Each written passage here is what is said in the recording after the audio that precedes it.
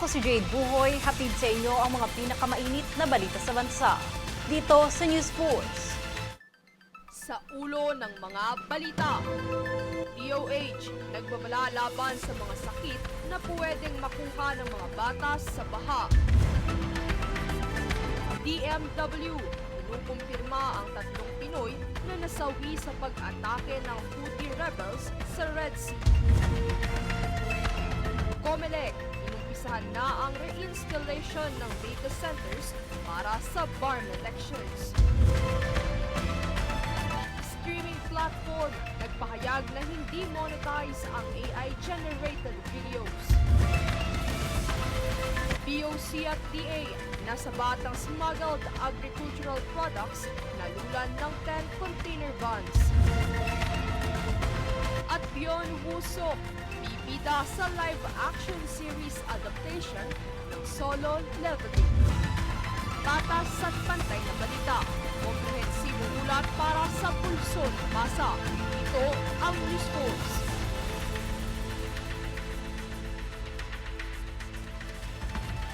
Nagbabala po ang Department of Health o DOH na bukod sa leptospirosis, may iba pang sakit na maaaring makuha ang mga batang naglalaro sa baha.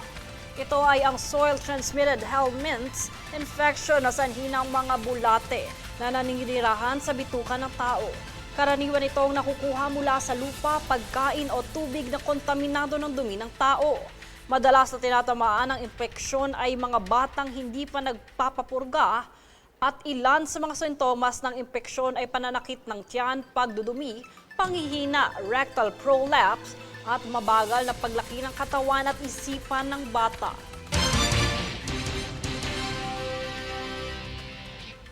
Kinukumpirma pa ng Department of Migrant Workers o DMW ang ulat na may 3 Pinoy na nasawi sa barkong MV Eternity Sea na inatake ng mga Houthi rebels sa Red Sea.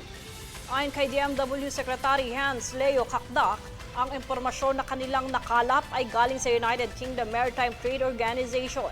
Aniya, 22 ang crew ng MV Eternity Sea at 21 dito ay Pilipino at 5 ang nakaligtas sa paglubog ng naturang barko.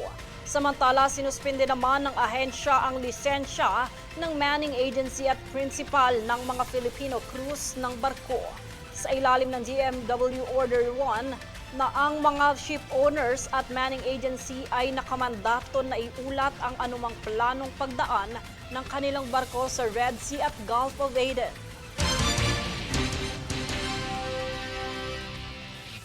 Good news naman po sa mga motorista dahil inanunsyo ng Land Transportation Office o LTO na maaari nang mag-renew ng driver's license gamit lamang ang eGov PH app.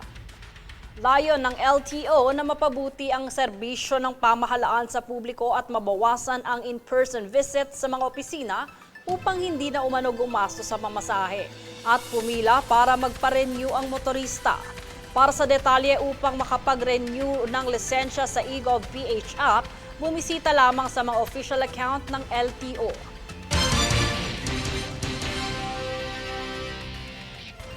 Nakatanggap ng 2.66 million pesos na halaga ng mga kagamitan sa pagsasaka ang 7 Women Lead Agrarian Reform Beneficiary Organization sa tulong ng Department of Agrarian Reform o DAR sa Kalinga.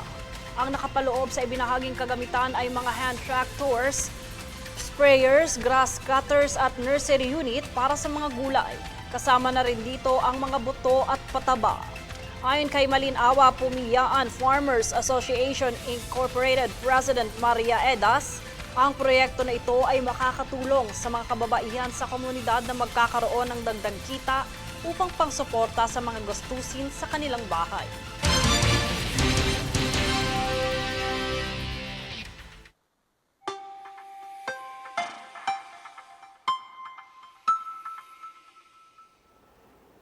Para sa ating ulat panahon, pabugso-bugsong ulan ang mararanasan ng mga taga-Western Visayas, Negros Island Region, Palawan at Occidental Mindoro bunsod ng habagat.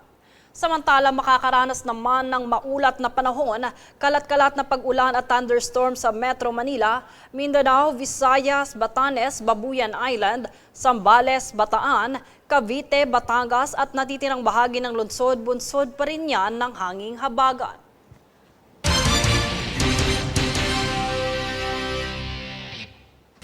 Susunod sa News Force.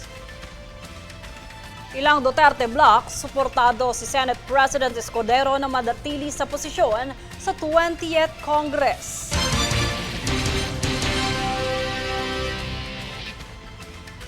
Tony Yang, kapatid ng dating advisor ni FPRRD, arestado.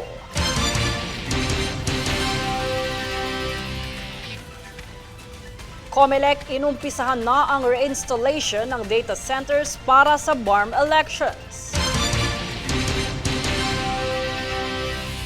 Manatiling nakatutok para sa higit pang mga balita sa pagbabalik ng News Force.